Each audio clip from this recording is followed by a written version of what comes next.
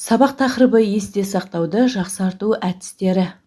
Жүйке жүйесі жұмысына жағымсыз факторлардың әсері. Қазіргі кезде адамның есте сақтау қабілетін жақсарту мақсатында түрлі әдістер жасалып қолданылуда. Есте сақтауды жақсарту әдістеріне тоқталатын болсақ, күн сайын жасалатын жаттығу. Ол дене жаттығуы және миға арналған жаттығулар. Дене жаттығулары бұлшықеттерді нығайтады, денсаулықты жақсартады, ал миға арналған жаттығулар ми жасушалары нейрондар арасында байланысты күшейтіп, есте сақтауды жақсартады. Есте сақтауды жақсартудың қызықты әдістері ол есептер шығару, жұмбақ шешу, судоку шешу, пазлдарды құрастыру болып табылады. Күнделікті іс-әрекеттер, яғни байқағыштық, өз іс-әрекетіңді естертіп айту. Есте қалмайтын күнделікті іс-әрекеттерге назар аудару. Бір нәрсені еске түсіру үшін оны басқа заттармен ойша байланыстыру. Мысалы, әріптер немесе цифрларды сақтағаннан мида сурет жақсы сақталады.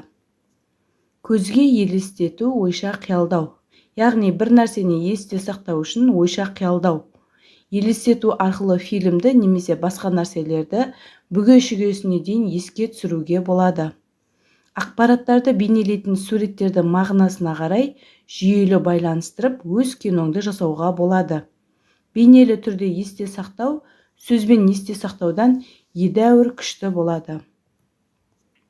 Кеңестер мен ескертулер. Есте сақтауды дамытуға арналған ойындар мен тесттер ми жасушалар арасында байланысты нығайту, жаңа байланыстар жасау және есте сақтауды жақсарту әдістері. Ми жасушалар арасындағы байланыс жаңа бір нәрсені білгенде немесе жаңа тәжірибе алғанда жақсара түседі. Жүйке жүйесіне әсер ететін жағымсыз факторлар. Ол бірінші спиртті ішімдік, темекі шегу және наркотикалық заттарды қолдану. Спиртті ішімдік ми қыртысының жұмысын тежейді және мидың нәзік жүйке жасушалары өте сезімтал болады. Қанның құрамындағы спирт алдымен жасушаларды наркоз, кейіннен оларды улайды.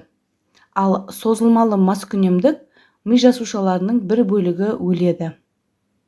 Спиртті ішімдік бүкіл мүшелерге кері әсер етеді. Мысалы, қандағы гемоглобин мөлшері төмендейді, эритроциттер бұзылады, ағзада витаминдердің сіңірілуі азаяды, асқазан мен өңештің сілемейлі қабығына зиян келтіреді, жүрек бұлшықеттерін май басып, оның дұрыс қызмет атқаруына кедергі жасайды. Мас болу ішімдіктің қандағы концентрациясына тікелей байланысты. Ішімдік мөлшері қанда неғұрлым көп болса, ми қыртысы соғұрлым мидың басқа бөлімдерін басқара алмайды. Ішімдікті үнемі пайдаланатын адамдар маскүнемдік ауруына шалдығады.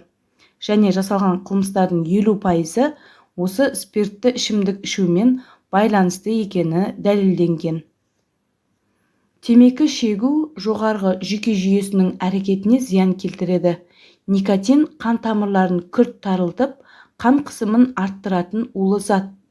Никотин миды улап, есті және зейінді нашарлатады, жасына жетпей қартаюға себепші болады. Темекі шегу әсіресе жас ағза үшін өте қауіпті. Адам денсаулығына, өміріне және бүкіл қоғамға есірткілік заттарды пайдалану өте қауіпті болып саналады. Есірткі пайдаланатын адамдардың жоғарғы жүйке әрекеттеріне, яғни ойлау, есте сақтау, зейін, сөйлесу процестеріне зиян келеді.